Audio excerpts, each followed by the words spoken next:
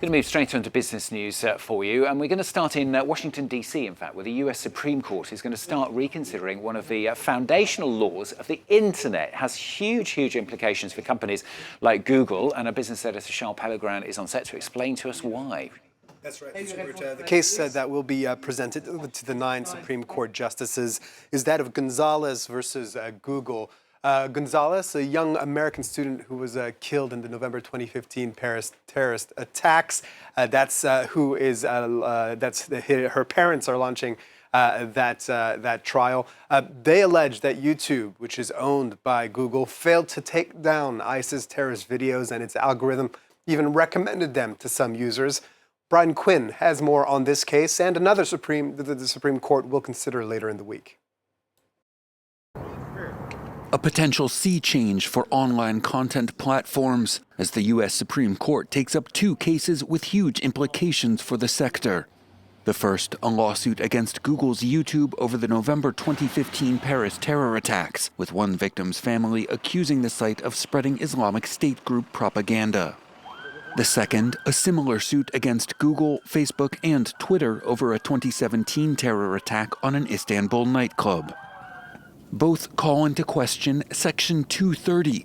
Part of the Communications Decency Act of 1996, it states that online platforms hosting user-generated content are not that content's publisher and thus aren't legally liable for it. Section 230 also protects platforms from lawsuits when they do take down posts. Industry groups say companies are walking a fine line on content moderation.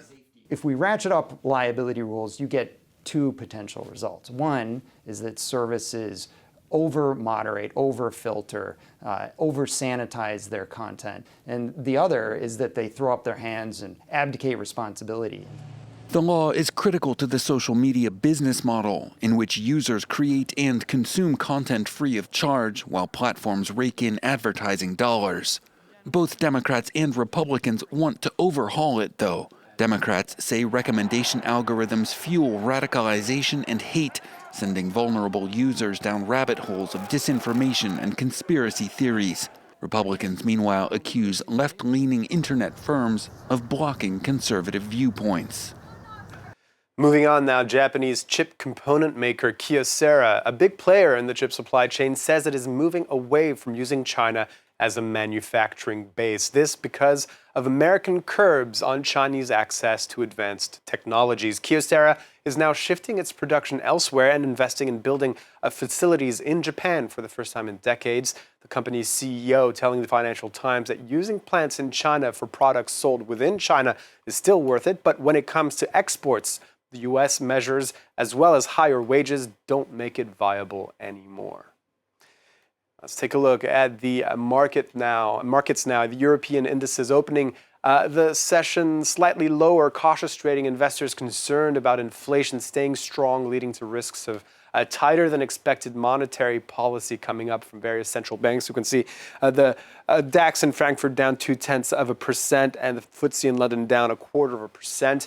We're seeing mixed trading in Asia with the Hang Seng in Hong Kong leading the losses in that region, down below 1.5%. The Nikkei closing as well, down 0.2%. HSBC shares falling 2% in spite of a surge in quarterly profits fueled by rising interest rates. Investors concerned that the boost from rates may have already peaked.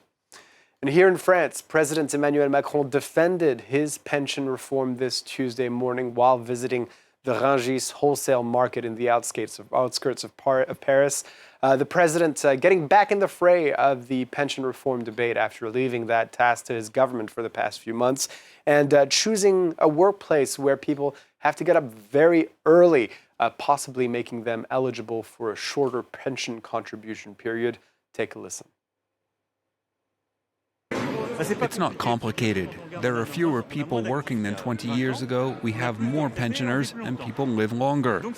So it's untrue to say that we can keep the same retirement ages. It doesn't work. So we have to change it progressively, and that's what the government is doing with the parliamentary debate. We have to make exceptions. All in all, though, people know they have to work a little bit longer on average because we won't be able to pay for our pensions. And after a 6-month trial in the United Kingdom, we're getting a better sense of what a 4-day work week would achieve for many businesses. 61 companies, ranging from fast food to marketing agencies, totaling 2,900 workers, participated in the study, paying their employees 100% of their wages for 80% of their hours. And a large majority of them said they'd stick with it after seeing a drop in worker turnover and absenteeism, while productivity was largely unaffected. One of the main changes, Stuart, was that less time was spent on meetings and more time was actually spent on actual tasks that have value. When's the meeting scheduled for us to talk about that, Charles? I'm not going to meetings anymore is what I've decided. I think there's one at 9 o'clock.